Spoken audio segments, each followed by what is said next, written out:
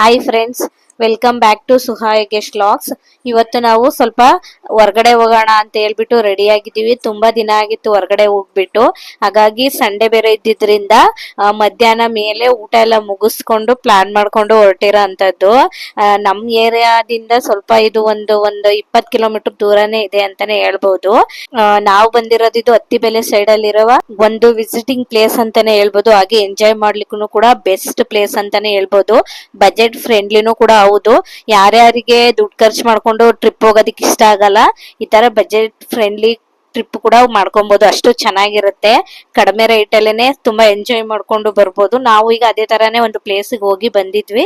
ಇದ್ರ ಫುಲ್ ವಿಡಿಯೋನ ನಾನು ಆಲ್ರೆಡಿ ನನ್ನ ಯೂಟ್ಯೂಬ್ ಚಾನಲ್ ಅಲ್ಲಿ ಅಪ್ಲೋಡ್ ಮಾಡಿರ್ತೀನಿ. ನಿಮ್ಗೆ ಏನಾದ್ರೂ ಟೈಮ್ ಇದ್ರೆ ಒಂದ್ಸಲ ಚೆಕ್ ಮಾಡಿ. ಹಾಗೇನೆ ಬರ್ತಾ ಊಟ ಎಲ್ಲ ಮುಗಿಸ್ಕೊಂಡು ಮನೆಗೆ ಸ್ವಲ್ಪ ಐಟಮ್ಸ್ ಎಲ್ಲ ತಂದಿದ್ದೀನಿ. ಏನೇನ್ ತಂದಿದೆ ಅಂತ ಫುಲ್ ವಿಡಿಯೋನ ನಾನು ಯೂಟ್ಯೂಬ್ ಅಲ್ಲಿ ಹಾಕಿದ್ದೀನಿ. ಟೈಮ್ ಇದ್ರೆ ಚೆಕ್ ಮಾಡಿ. Thank you.